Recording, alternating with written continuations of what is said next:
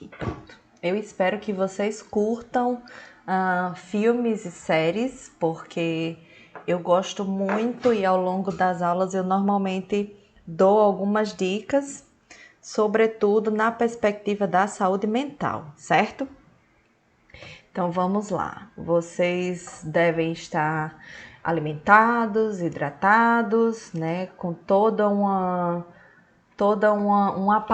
um aparato cognitivo para acompanhar essa aula, porque todo tipo de preparo mental, preparo físico, né, e emocional, sobretudo afetivo, é peculiarmente importante para a consolidação da memória, principalmente a memória de longo prazo, porque eu não quero que vocês esqueçam que a gente teve esse momento hoje, né? Eu quero que vocês guardem porque é um momento especial, eu me sinto muito bem estando aqui com vocês, espero que vocês se sintam bem também, porque essa criação de vínculo auxilia bastante na relação entre hipocampo, amígdala e sistema límbico.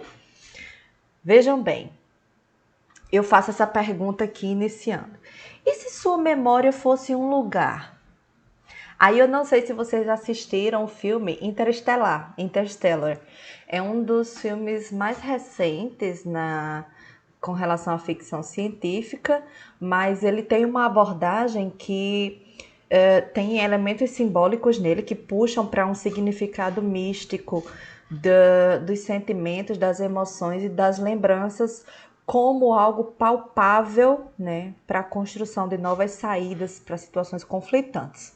E aí lá no filme Interstellar tem um momento que eu esqueci o nome do personagem, assisti o filme esse final de semana e esqueci de novo.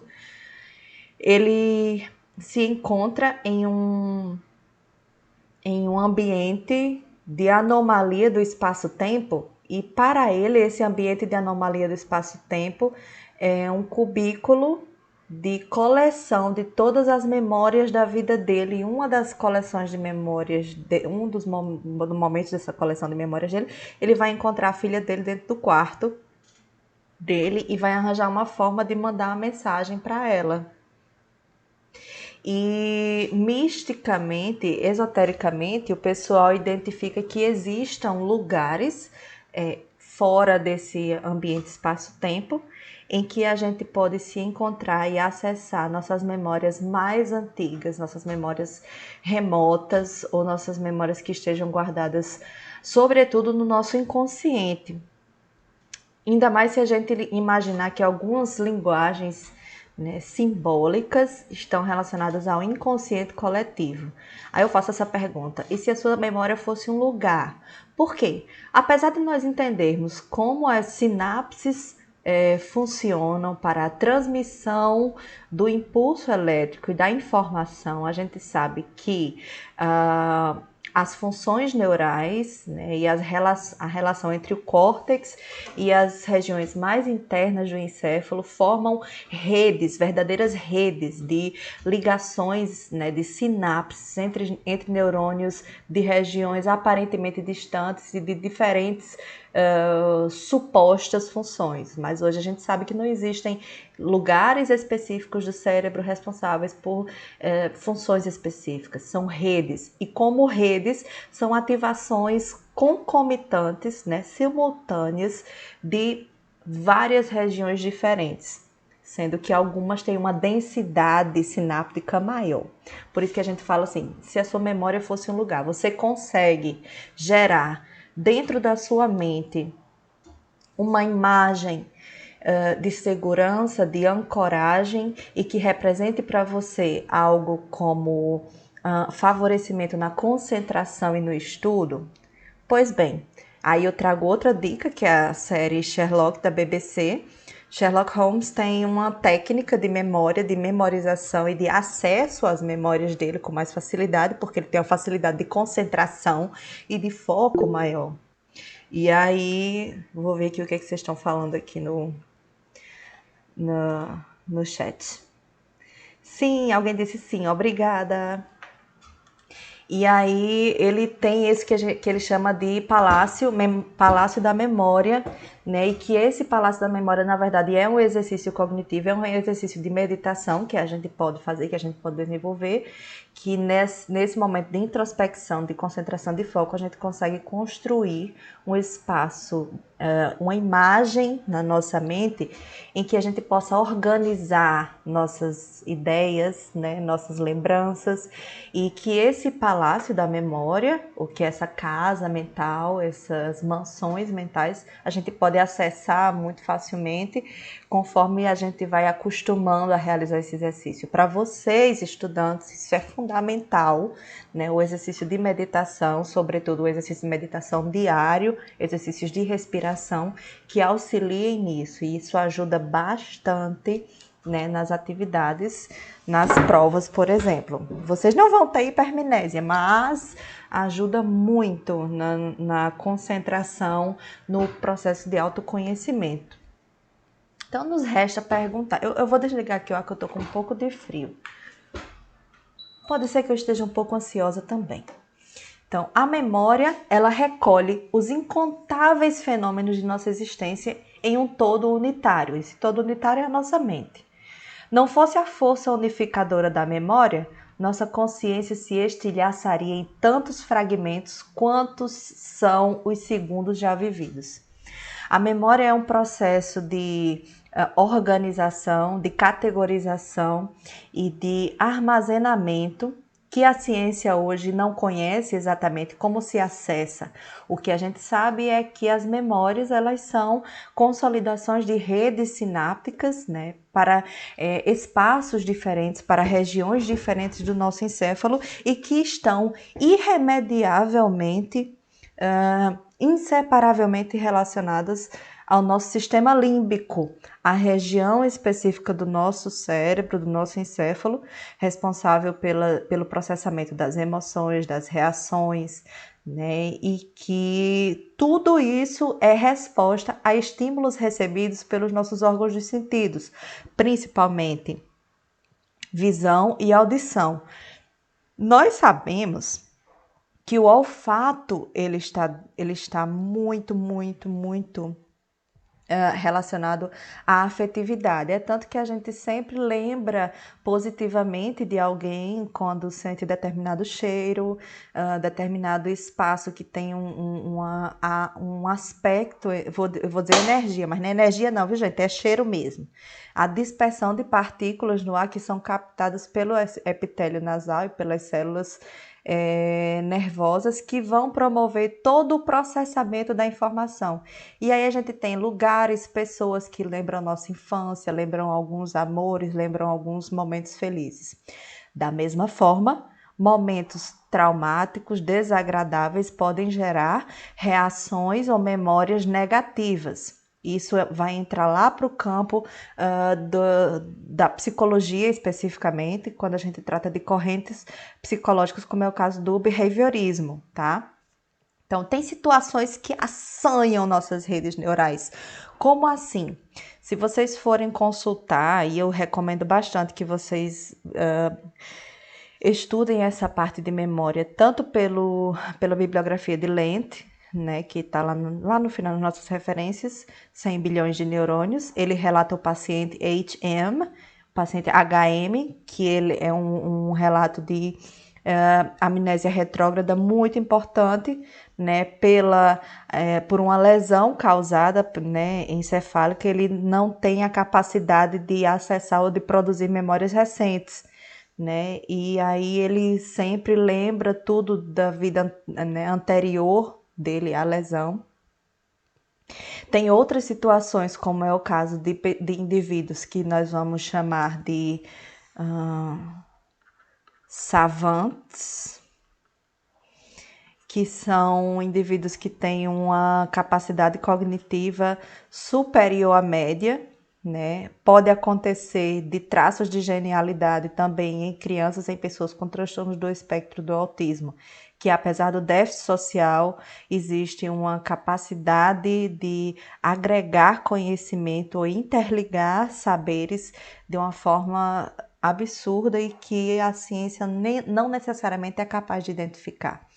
Tem as situações da hipermnésia, em que o indivíduo tem dificuldade de esquecer informações que são absolutamente irrelevantes para o seu dia a dia, tipo você passar o final de semana com uma música de funk absolutamente agressiva na sua mente, quando você deveria estar estudando anatomia, né, morfofuncional. Ok? E são vários outros casos, vários outros momentos. Eu vou até mandar alguns artigos para vocês quando eu anexar, que são relatos de casos, tanto com relação à amnésia anterógrada, quanto o relato desse paciente, HM, quanto a memória retrógrada, que são válidos para o estudo, né, e para a identificação. Essa figura, essa imagem, na verdade, é um objeto 3D. Eu vou só diminuir aqui e retirar, porque eu quero mostrar para vocês isso aqui. Deixa eu ver aqui se vocês ainda conseguem ver. Sim. Eu consigo identificar aqui, nesse cérebro hemisseccionado, algumas regiões específicas, como hipófise, ventrículo, corpo caloso, giro do cíngulo. Deixa eu girar um pouco aqui para esse lado esquerdo, onde estava. Amígdala, vou dizer amígdala, tá bom? Mas amígdala. Córtex frontal, córtex orbitofrontal, bem aqui sombreado, na verdade. Aqui mais rosada a ínsula. E eu quero que vocês identifiquem aqui, bem aqui abaixo. Vou retornar para a apresentação. O hipocampo, que é essa regiãozinha mais aqui abaixo, um pouco mais aqui abaixo. Ele se chama hipocampo porque, pela etimologia da palavra, deixa eu ver se estamos aqui vendo, estamos. Pela etimologia da palavra, hipo vem de cavalo, o hipocampo, o formato dele, a estrutura dele lembra um cavalo marinho, né? E essa região do hipocampo está conectada a regiões específicas, tanto do sistema límbico, como é o giro do cíngulo, amígdala, tá? Aqui, bem aqui à frente, não é especificamente sistema límbico, aqui é nervo óptico, aqui é amarelinho, tá? Córtex frontal, relacionado à memória, sobretudo, é memória de curto prazo também. Córtex orbitofrontal. Por que orbitofrontal, professora? Porque a localização desse córtex orbitofrontal, ela contorna superiormente, a base dessa região é o contorno da região superior, né, do globo ocular. Obviamente que eu tenho uma separação, né, entre ele e o globo ocular, eu tenho a estrutura craniana, mas a localização dele é mais ou menos essa. Lent, que ele pode ser, vocês podem adotá-lo como seu melhor amigo esse semestre. A memória é a capacidade que tem o homem e os animais de armazenar informações que possam ser recuperadas e utilizadas posteriormente. É quase uma nuvem, né? Quase um Google Drive. Difere da aprendizagem, pois esta é apenas o processo de aquisição das informações que vão ser armazenadas. Preste atenção, alguns autores, eles também mencionam o fato de que o processo de aquisição da memória de longo prazo, ele é também um processo de aprendizagem, visto que a rememoração de informações antigas de médio e longo prazo depende de um processo consolidado, né, de redes neurais consolidadas e ativadas, tá? E essa aquisição da memória, ela vai se dar tanto por estímulos do ambiente, e a consolidação dela, o tempo de retenção depende da quantidade de repetições desse percurso sináptico que a gente realiza.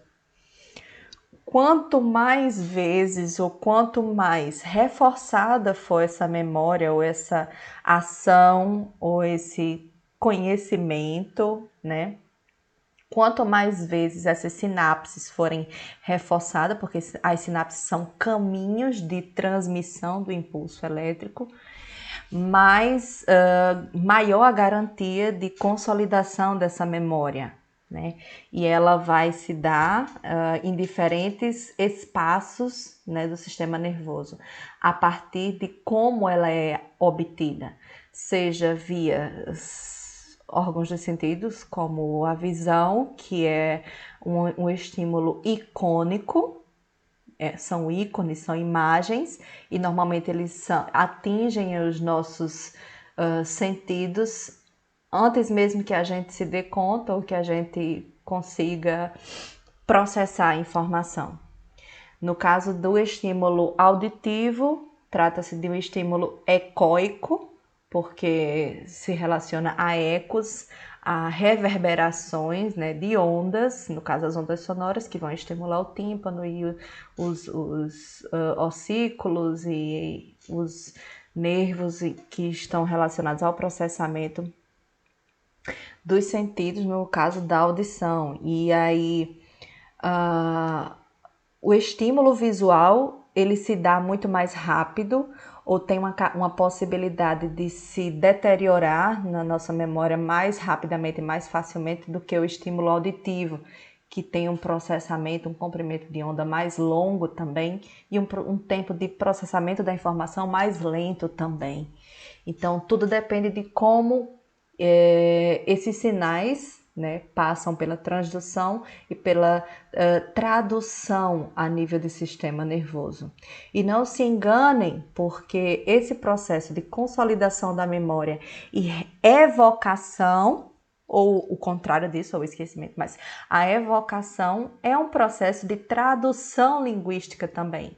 Uma vez que a nossa memória não tem um lugar específico guardado, né, no sistema nervoso, ela se escreve no nosso sistema nervoso em forma de sinapses, em forma de transmissão elétrica ou química, né? No caso, a sinapse. Eu posso ter a formação das redes neurais pelo estímulo, que é a sinapse, né, pré-existente ou latente para isso. A estimulação, que vai ser a formação desse circuito a partir do reforço, né, da transmissão dessas sinapses, e por esse reforço existe a necessidade energética da célula também de produção, de aumento da síntese proteica, tanto pelo aumento das espinhas dendríticas, né, que vão garantir essa sinapse, quanto pela produção de novas projeções axonais, tá? E aí a gente vai ter esse processo de atividade aumentada e formação das redes.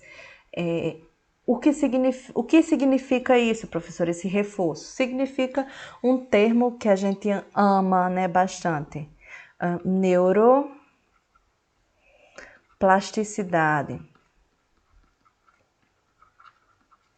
Eu dou bastante spoiler, porque alguns slides já estão um pouco mais adiante. E aí a neuroplasticidade é o que passa mais perto de magia da nossa ciência, porque é a prova de que existe a capacidade plástica do tecido nervoso, né, da construção de novas redes, de novas sinapses, de novas conexões neurais, ao contrário do que se imaginava há 30 anos atrás, que se dizia que não existia plasticidade no tecido nervoso. A gente pode ter a formação de tipos de memória a partir do tempo de produção delas, de consolidação delas. A gente tem a memória ultra rápida, que é essa memória que eu falei com relação aos órgãos dos sentidos, e que nem sempre ela vai ser processada da forma mais adequada, de modo a constituir memórias de longo prazo. Eu tenho a memória de curta duração, que é muito similar ao que a gente faz no estudo para provas, por exemplo. e a memória de longa duração, que pode se relacionar à memória procedimental do que a gente utiliza no dia a dia, mas isso aqui é no caso da gente estar dividindo didaticamente a classificação da memória pelo tempo de consolidação. A gente pode ter, na verdade, a literatura divide bastante quanto à natureza da memória, né, com relação ao conteúdo produzido. Eu tenho a memória explícita, que é aquela que a gente transparece e explicita de acordo com o arcabouço produzido e consolidado. Vai ser a explicitação, a demonstração do que a gente sabe com relação a palavras, outros símbolos, né, significados abstratos ou subjetivos para as coisas. A memória explícita envolve também a memória episódica, que é o que a gente se lembra de situações da nossa vida, situações do passado.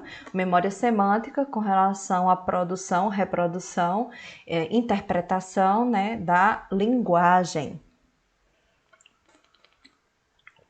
Temos a memória implícita, que se relaciona a hábitos, procedimentos e regras, que na verdade é a memória que a gente mal se lembra como ela se construiu, como ela se processa, mas ela existe porque a gente repete muito ao longo da vida, como o trajeto que a gente faz para o trabalho, para a escola, como os rituais de acordar de manhã ou para dormir, coisas que fazem parte do nosso dia a dia, ou regras que nos são passadas socialmente. Temos a memória com relação a conteúdo operacional, né, de utilização rápida, planejamento do comportamento, e na verdade essa memória ela é muito relacionada à nossa capacidade, habilidades motoras, né? E para isso eu tenho o envolvimento de outras regiões que não especificamente o hipocampo, mas as conexões, as relações entre cerebelo e outras regiões dos núcleos da base e córtex motor. Mas o que influencia no processo de consolidação da nossa memória? Eu já vim falando de bastantes coisas, né? Tanto a neurogênese, e ela está muito relacionada à idade, o fator idade é importantíssimo. A infância, a primeira infância, é quando existe uma maior capacidade, maior potencial para a neurogênese, que é o desenvolvimento de novos neurônios, ou dessa produção mais pronunciada, né, do tecido nervoso. A primeira infância é importantíssima para a neurogênese e ela está diretamente relacionada a hábitos sociais, familiares, alimentares, né, sono. Não pense que quando você estuda mais e perde mais tempo de repouso, você estará aprendendo mais. Talvez você esteja estimulando a produção de memória de curto prazo, o que a gente fala de decorar, mas a consolidação da memória ela é muito mais atinente à capacidade de repouso e de economia energética para essa consolidação do que a ação propriamente dita. Então, quanto mais horas de sono e planejamento para essa alternância, né, entre ação cognitiva e repouso, melhor. Localidade, a gente tem regiões do encéfalo mais relacionadas a essa neurogênese. Região do hipocampo, a ação dela está muito relacionada à idade também. A neuroplasticidade, ela existe em todas as etapas da vida, todas as faixas etárias. Quanto mais estímulos houver, né, cognitivos, melhor a recuperação, mas não se enganem porque não existe uma especialidade específica para estimular, para auxiliar nessa neuroplasticidade. A chave para todo o processo de recuperação, de atendimento no processo de saúde e doença, a chave será sempre a equipe multiprofissional, porque cada formação tem uma especificidade nesse processo de identificação, diagnóstico, prognóstico, recuperação. Existem chaves específicas que só serão ligadas com a ação específica e coordenada de diferentes áreas do conhecimento. Quanto maior a interdisciplinaridade, sempre melhor será o resultado. Os estados de humor e as emoções influenciam sobremaneira no processo de aprendizagem e de consolidação da memória. É muito mais fácil a gente aprender algo que seja atrativo sensorialmente e que estimule afetivamente a nossa cognição do que algo que signifique um trauma, né, no processo de ensinar a aprender. Eita, eu travei, foi? Quantos minutos? Foi, professora. Você voltou só agora. Não dá emoção, alguma coisa. Sim, foi no de emoções, né? Ok. A senhora terminou de falar sobre a equipe multiprofissional e aí travou. Certo, então tô voltando. Os estados de humor, as emoções, elas influenciam sobremaneira no processo de consolidação do aprendizado e da memória. É muito mais produtivo, é uma questão de produção de energia muito mais positiva, se sentir atraído sensorialmente ou afetivamente pelo processo de ensinar a aprender, positivamente, do que de um processo de ensinar a aprender que tenha características mais dolorosas. Eu vou ter uma diminuição na produção de dopamina, um aumento na produção de cortisol, um desbalanço na síntese de serotonina, né, de endorfinas de um modo geral. Isso significa que o aprendizado também fica comprometido porque a gente está direcionando energia, direcionando sinapses para outro tipo de emoção ou de sentimento nesse processo de ensinar a aprender, e aí a consolidação ela se torna prejudicada. Os exercícios cognitivos são sempre positivos, então não importa a sua idade, não é apenas fazer palavras cruzadas, tá?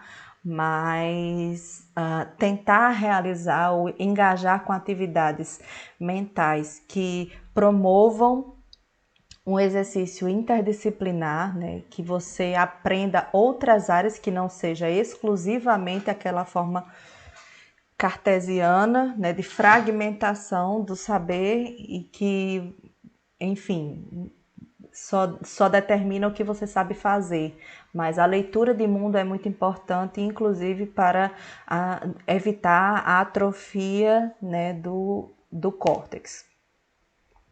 Repetição e reforço das sinapses já é conhecido, já é bastante aceito que o reforço, a repetição de ações ou de leituras ou de atividades ou de ações auxilia na consolidação das redes neurais, né, e, consequentemente, na construção de memórias.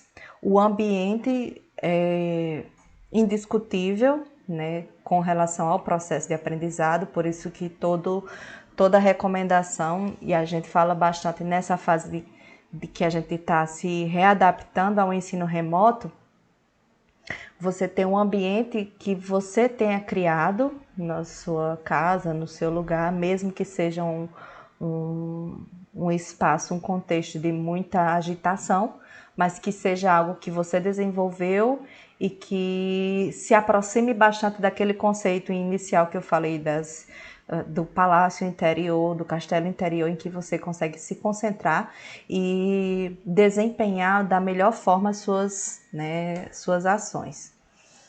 Lent traz um esquema com relação à retenção da memória,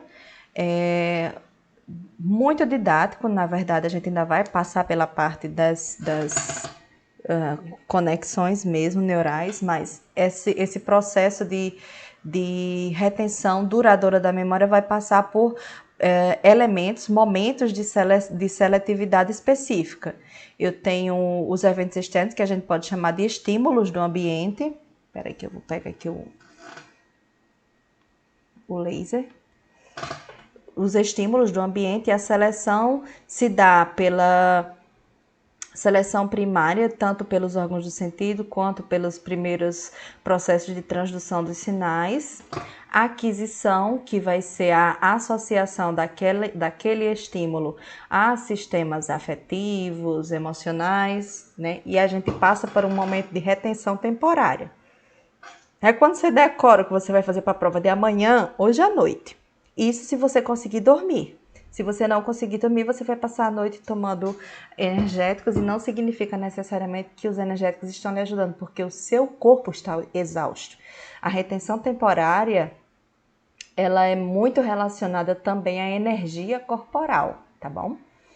Eu tanto posso ter um reforço positivo, né, de evocação e utilização daquela memória retida temporariamente e ao longo do tempo ela ir se consolidando e se transformando em retenção duradoura. Isso está atrelado ao comportamento, ao condicionamento.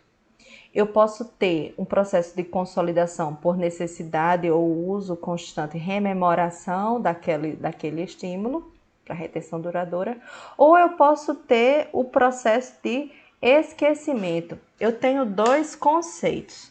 Tanto o esquecimento, que é quando eu realmente esqueço a memória e não tenho capacidade de evocá-la novamente, ou exclusão.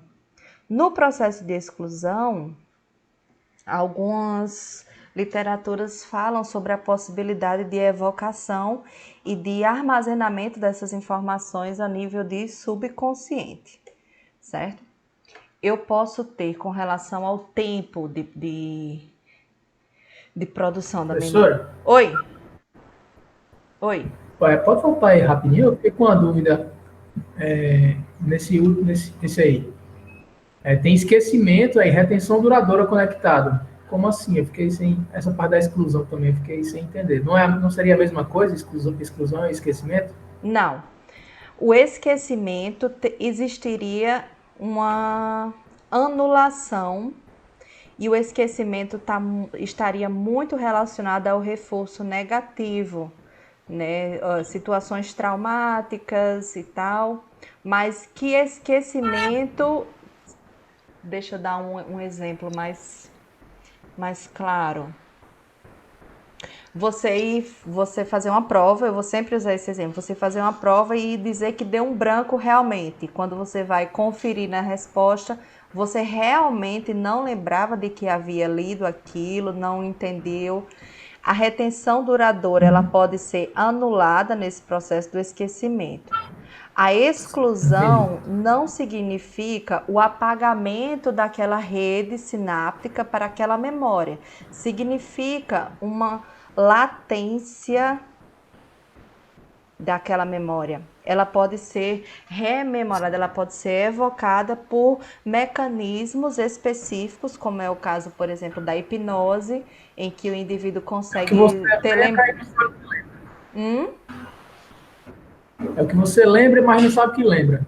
Que você lembra, mas não sabe que lembra. Acontece muitas situações como hipnose para regressão, que você vai evocar memórias lá da infância que você nem estava lembrando, entendeu?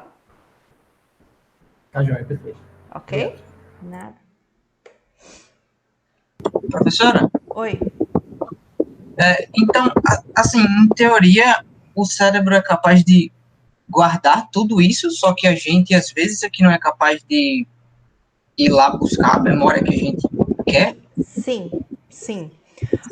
De acordo com o tipo de reforço que exista para aquela memória, para aquele uso ou desuso, existe a possibilidade de armazenamento, né, de redes ou de conjuntos sinápticos para o que a gente chama de inconsciente ou subconsciente. Está lá no campo da psiquiatria, da psicologia, e que não se entende exatamente esse processo de seletividade, mas que existe uma seletividade. Não é que a gente guarde tudo, porque de fato existe o esquecimento, né? Para a gente, e tem uma frase muito, muito interessante que é justamente essa: para a gente aprender a se lembrar, é preciso a gente se lembrar de esquecer, porque ao longo do tempo algumas informações, alguns saberes se tornam irrelevantes ou se tornam dispensáveis e essas sinapses acabam se apagando para dar lugar a outras no processo de aprendizagem ou de armazenamento da memória. Não é que a gente guarde tudo em caixinhas específicas, em gavetas, e que haja uma possibilidade de você lembrar de absolutamente tudo, mas existem lembranças, principalmente da infância, por exemplo, que elas são guardadas de maneira simbólica e para o indivíduo elas têm algum valor simbólico que interferem no processo de construção da personalidade e do comportamento ao longo da vida, mas que nitidamente não são lembradas quando dá intenção, né? Quando dá intencionalidade daquela evocação, tá entendendo? Entendi, sim. Obrigado. Nada. Em relação ao tempo, a gente vai ter a memória de curto prazo, e que essa memória de curto prazo está relacionada a conexões diretas com o córtex pré-frontal. A memória de longo prazo, ela tanto pode se subdividir em memória explícita ou declarativa, que é quando a gente... é o que a gente mostra, demonstra o que sabe com relação a fatos, informações, o que a gente aprendeu, ou eventos, que são momentos da nossa vida. A região mais relacionada à memória declarativa vai ser o lobo temporal medial. Já com relação à memória implícita, não declarativa, que é aquela que muitas vezes é com relação à nossa prática, nossa rotina intuitiva, tem relação à pré-exposição e também com relação aos estímulos do meio ambiente, com relação aos nossos órgãos do sentido, muito relacionada ao neocórtex, procedimental ou procedural, relacionado ao núcleo estriado, aprendizagem associativa, e essa aprendizagem associativa tem relação com o sistema límbico e as emoções a ele atreladas, né, como a região da amígdala, a musculatura esquelética, porque o controle motor tem justamente relação com o cerebelo e as vias íntimas com o córtex motor. Aprendizagem não associativa com relação à habituação e sensibilização são as vias reflexas, certo? Isso aqui está muito relacionado também à avaliação comportamental, né? Muito do campo do behaviorismo. Para o armazenamento da memória explícita e implícita, a gente vai ter a relação do córtex pré-frontal com o hipocampo, né? E daí para as regiões associativas, como a memória visual, memória somatosensorial, motora e auditiva. Para o armazenamento da memória implícita, que muitas vezes tem relação com a nossa rotina ou atos impensados, é a relação com o estriado, amígdala e cerebelo.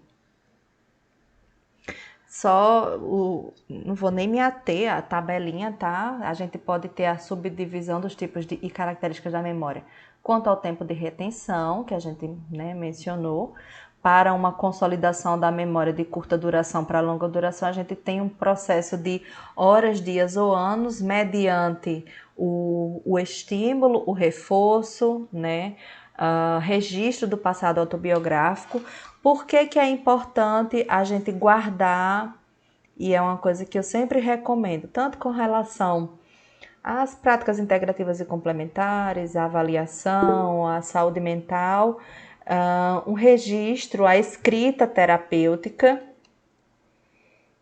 A escrita terapêutica, que é quando você guarda um caderninho seu e você escreve o que lhe traz à memória, o que ele desperta. Vou ver lá o comentáriozinho que surgiu. Amélia, com relação aos sonhos, não se sabe ao certo o que os desencadeia, mas fala-se que está envolvido com as nossas memórias. No caso, seria uma recordação dessas memórias de longo ou de curto prazo, ou envolve os dois? Só uma dúvida que eu tenho faz um tempinho sobre isso. Também tenho muita dúvida sobre isso, Kessia. Eu vou lhe dizer por quê. A literatura diverge muito com relação ao conceito de sonho. Alguns alguns teóricos falam que o sonho é um processo de organização dos fragmentos de memória de curto prazo e longo prazo que tem acontecido ao longo dos dias ou das últimas horas, né, antes do momento, né, do repouso, e que seria um momento de intensa ação cognitiva, de organização cronológica e em termos de significado, de valoração dessas memórias. Mas não há consenso com relação a isso. Inclusive, tem os relatos, as situações outras, né, com relação a sonhos, que não são especificamente fisiológicas, mas são de significado social, espiritual maior. Então, a gente não sabe, não existe uma literatura que explique especificamente isso, mas que é certo que os fragmentos também têm relação com o seu subconsciente. E aí você tem material de psicanálise de fazer como diz o Matuto, de dar no meio da canela, porque é muito material a ser explorado, certo? Era isso?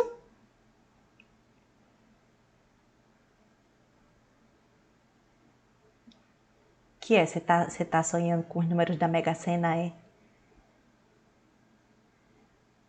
Compartilhe depois. Quanto à natureza, a gente vai ter a memória explícita declarativa, que a gente já demonstrou, né? Episódica, semântica, implícita, de representação, procedural, associativa, operacional, memória de trabalho. Eu vou ter tanto o processo de habituação na consolidação daquela memória. Pode-se dizer que esse processo de habituação é também o processo de aprendizado, que é um exemplo quando você acessa, quando você passa a frequentar os bancos da universidade e tem que se habituar, vou dizer o verbo habituar, com um novo modelo de ensino diferente do modelo de construção do conhecimento do ensino médio. É um processo de reorganização, condicionamento, né, rememoração, construção de novas redes neurais. É um processo de aprendizado porque você também precisa promover a evocação, que é a rememoração desses momentos ou dessas situações.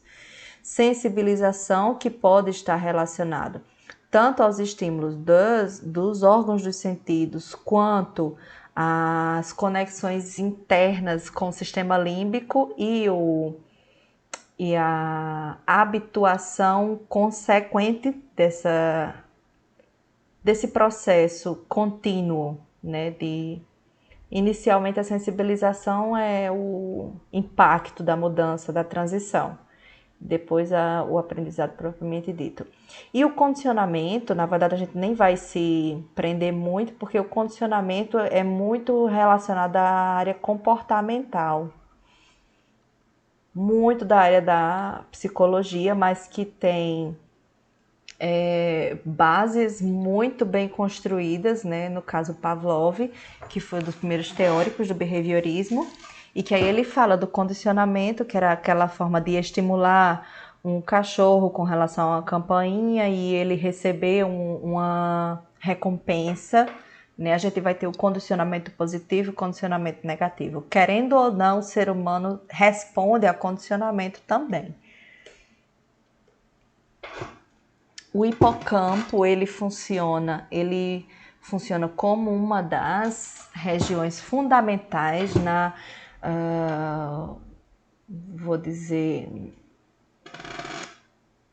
organização da memória, né? Uma região central. Não é a região onde se guarda a memória, é uma região de integração das redes, né, para o processo de consolidação da memória, certo?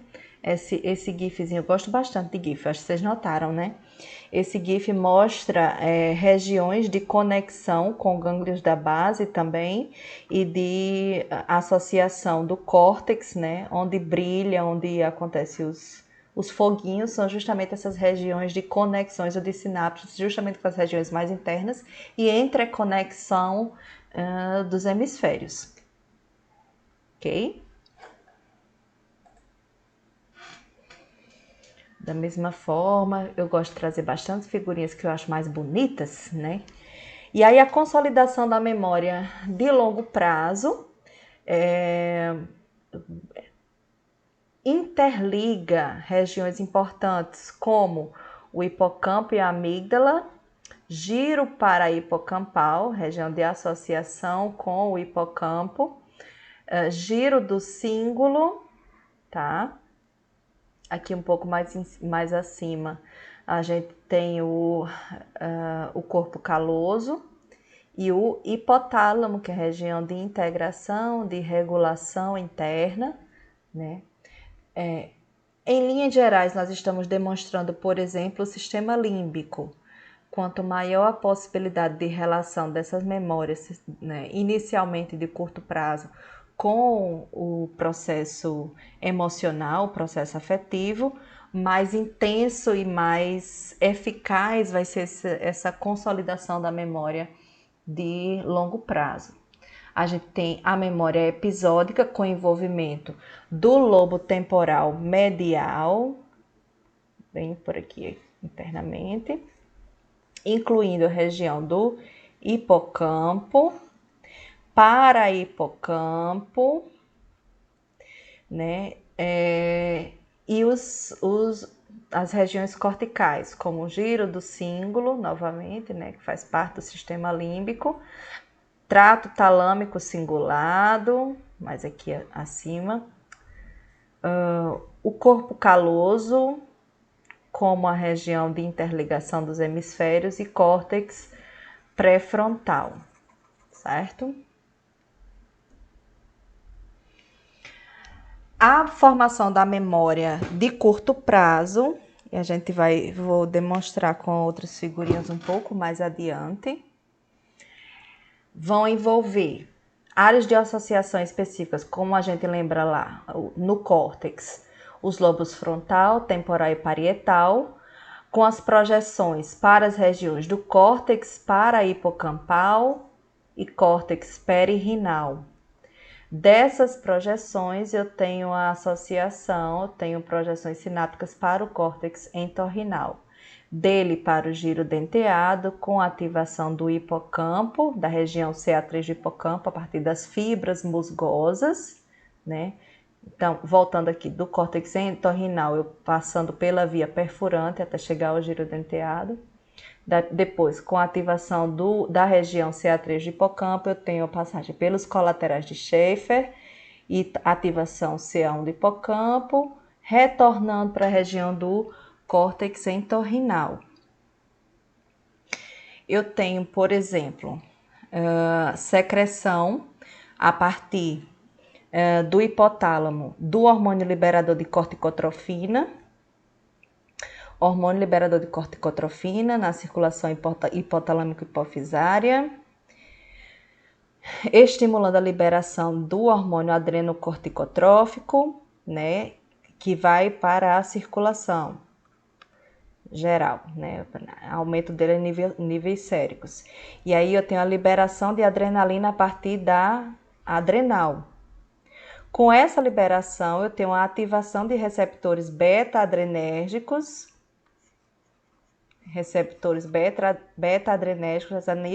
a nível de nervo vago, certo? Seguindo para a região do núcleo, né? Projeções do núcleo do trato solitário, que é essa região aqui. E aí eu tenho toda a ativação do sistema noradrenérgico nas regiões tanto do hipocampo quanto da amígdala. Sistema noradrenérgico, certo? Da mesma maneira, isso aqui é uma ilustração didática daquele esqueminha didático que eu dei anteriormente, né? O input, que a gente chama input modulatório, é o estímulo recebido, a ativação da região CA3 do hipocampo, né? A partir das fibras musgosas, né? Giro denteado, fibras musgosas, colaterais de Schaefer, essas projeções aqui, ativação da região CA1 e através das demais vias para as regiões medial, para os córtex medial e lateral. Córtex entorrinal medial e lateral, certo?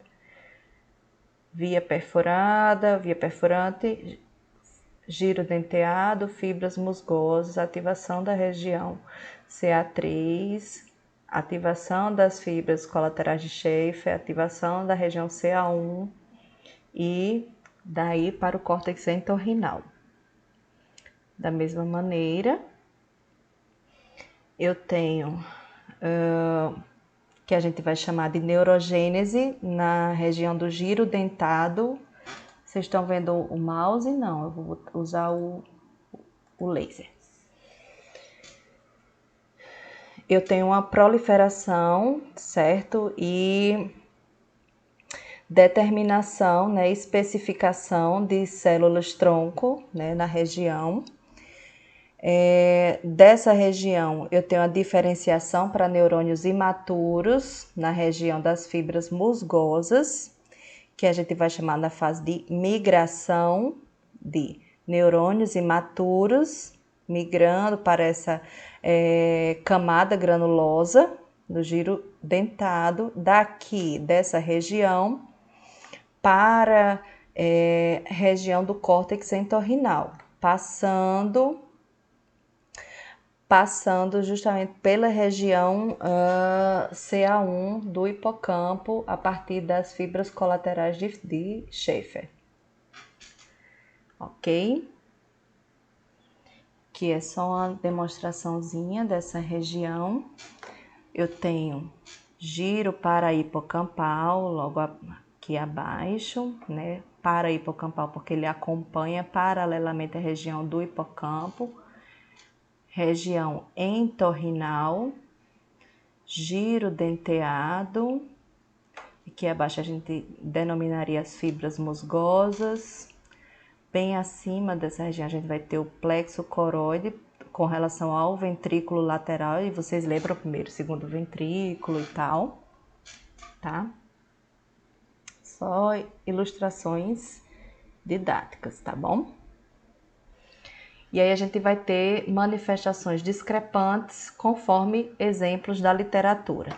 Eu tenho tanto a amnésia anterógrada quanto a amnésia retrógrada. E essa amnésia é a perda ou falha nessa memória declarativa. Declarativa porque é aquela memória de explicitação do que a gente sabe responder. Dia, mês, ano, o que você faz, certo? Sua ocupação, né? E tal, quando a gente está avaliando. Podendo haver perda de memória procedimental, e aí quando eu tenho essa perda da memória procedimental, ela normalmente vem acompanhada com o déficit cognitivo ou algum déficit motor, né, um comprometimento da possibilidade de realização das atividades de vida diária. Outra manifestação discrepante é o que a gente chama de hipermnésia, já mencionei anteriormente. Ela pode ser identificada em indivíduos que a gente chama de savantes, que vem de sapiente, tá? O savant, aquele que sabe. Ela é exacerbada a capacidade de retenção, e essa exacerbada capacidade de retenção também traz ao indivíduo, ao paciente, algum tipo de desconforto, algum tipo de comprometimento, né, na realização de atividade de vida diária. Nós temos alguns testes a nível de laboratório para identificar, né, que a gente até chama de, vocês já devem conhecer, o que a gente chama de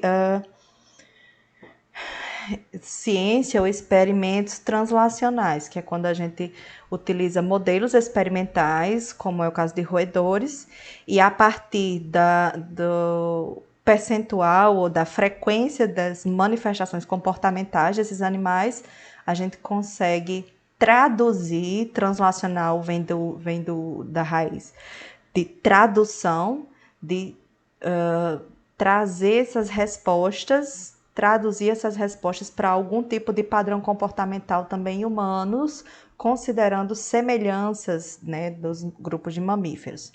Então, o labirinto radial é um dos testes, um dos modelos que a gente utiliza para análise, para avaliação funcional do lobo temporal medial com relação ao desenvolvimento da memória espacial, né? Com relação ao espaço que esse indivíduo ocupa. Então, eu tenho inicialmente a possibilidade desse animal explorar o ambiente e encontrar os seus agrados, o condicionamento positivo. Com o tempo e a repetição e a possibilidade dele encontrar essas recompensas, as recompensas são retiradas ou mudadas de lugar. E aí ele perde o senso de referência. E essa análise é feita a partir da quantificação do número de erros no encontro dessas recompensas a cada sessão.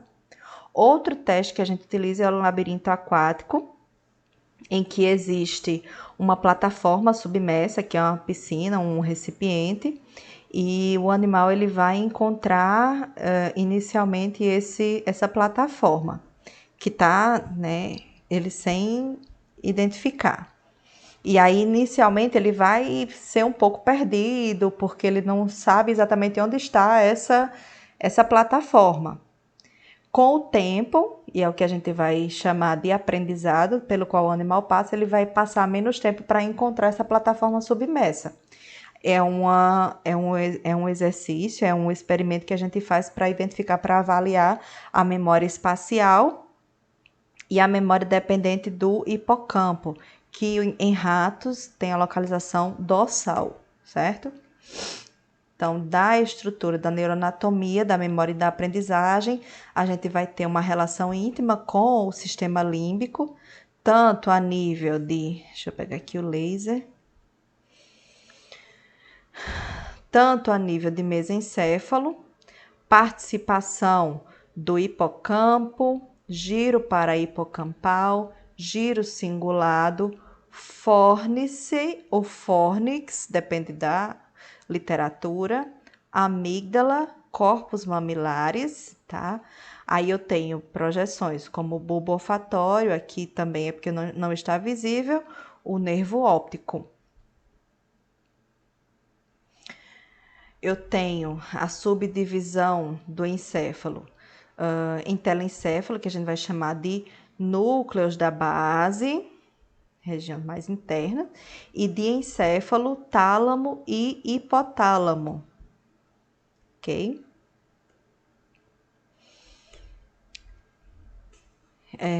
Pela visão anterior, eu estou tendo uma visão ventral, aqui eu consigo identificar medialmente, né, a divisão entre os encéfalos, mais internamente, região do fórnice, corpos mamilares, hipocampo, amígdalas, tá? Cerebelo posterior à região de medula e ponte, tá? Superiormente, bem mais lateralmente, núcleo caudado, putamen, bem aqui, ok?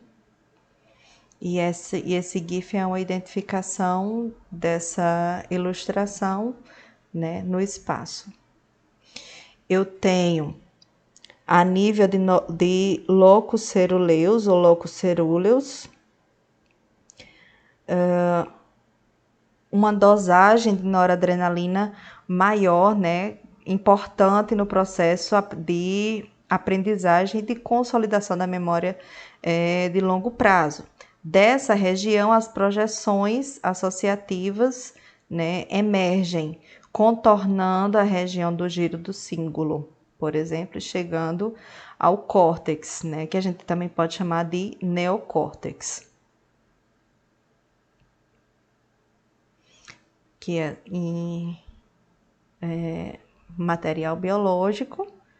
A gente consegue identificar bem locus cerúleus, tegmento lateral noradrenérgico, tá? Dessa região para a região do hipocampo.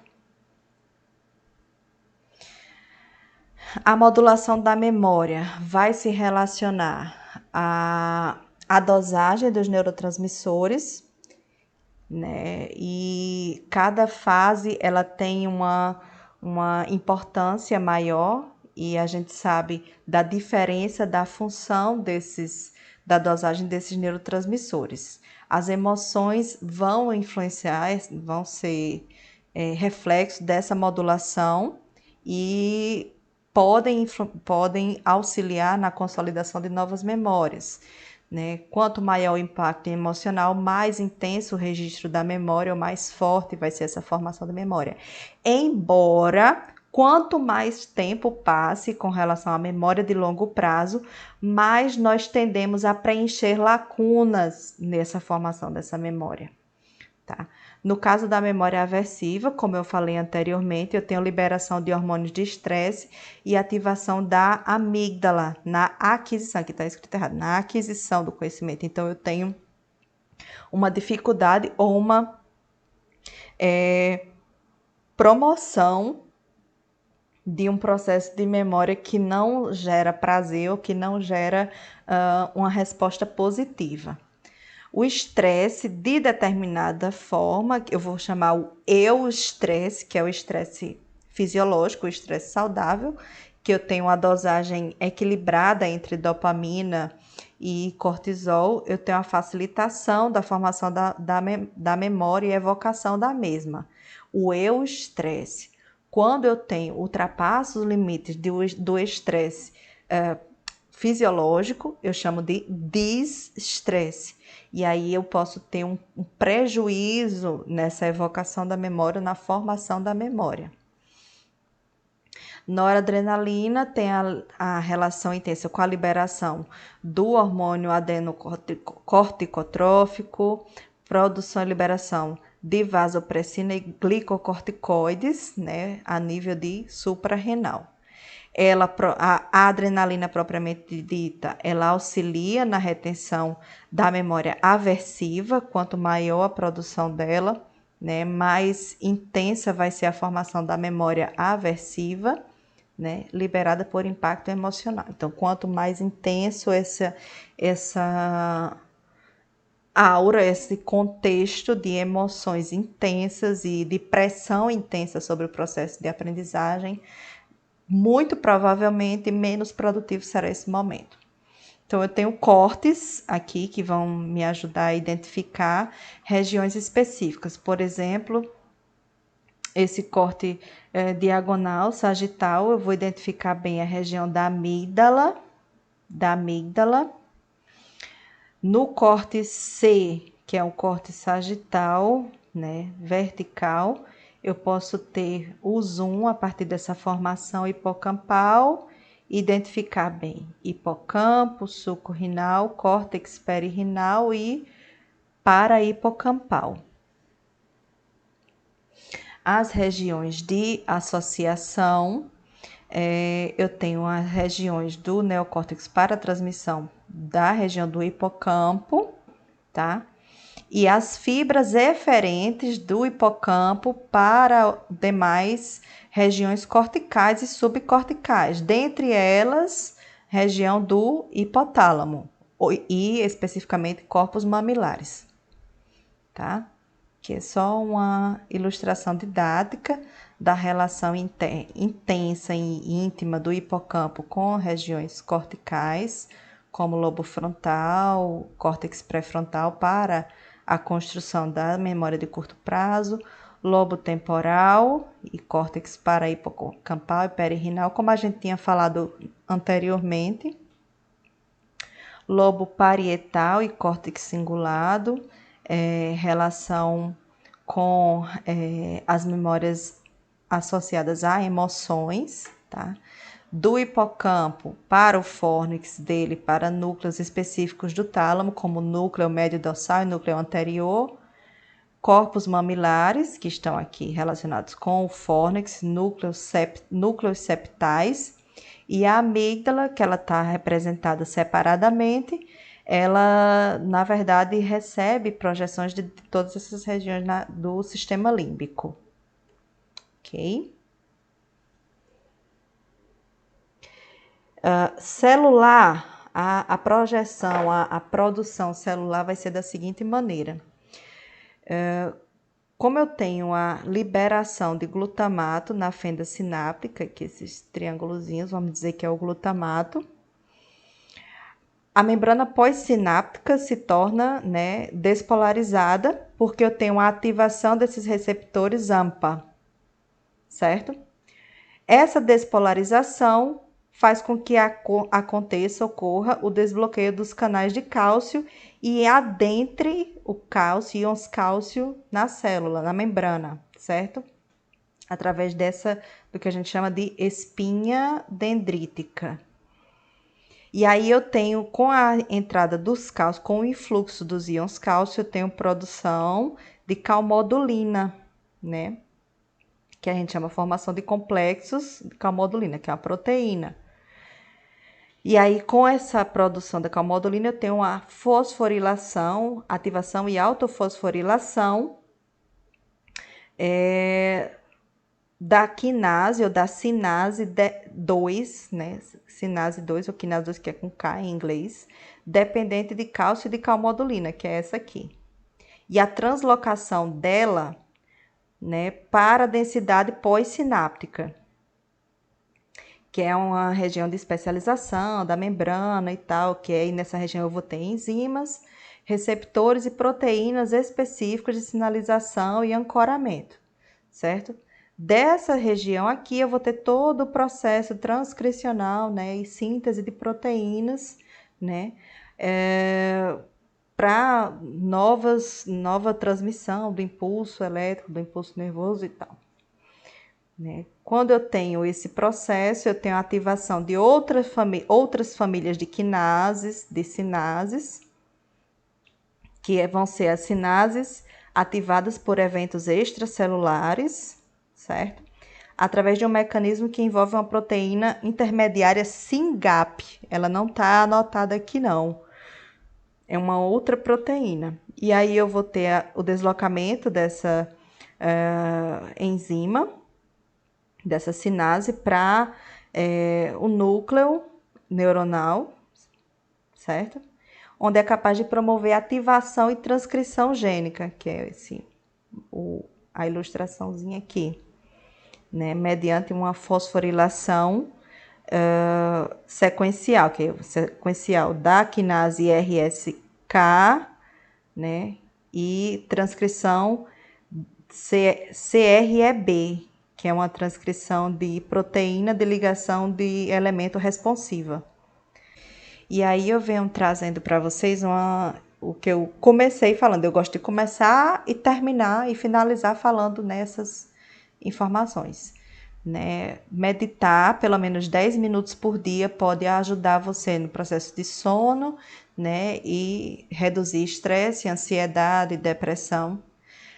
Evite levar o livro, o estudo e o trabalho para a cama, fisicamente falando, porque inconscientemente, fisiologicamente, o seu corpo começa a redirecionar a energia, diminuir a produção, por exemplo, da melatonina e auxiliar num processo de consolidação de algo que é extremamente incômodo na vida adulta, que é a insônia. Então, tente meditar, estabeleça o seu lugar de estudo, o seu ambiente de estudo, o seu ambiente de repouso, né, muito bem dividido, muito bem separado. Cama é lugar para descanso e para dormir. Estabeleça um número razoável de horas de sono, porque o sono e o repouso é que vão determinar a consolidação do aprendizado e da memória. E construa o seu palácio mental, porque esse tipo de exercício é extremamente benéfico, é extremamente salutar para o aprendizado, para a sua construção profissional. Aqui são as referências que a gente utilizou, tá? Todos esses slides eles vão para vocês, tá? Eu acho que em PDF eu envio o vídeo, tá? Meus contatos, quem tá aí acompanhando, fica à vontade agora para fazer as perguntas, enviar as perguntas, ok?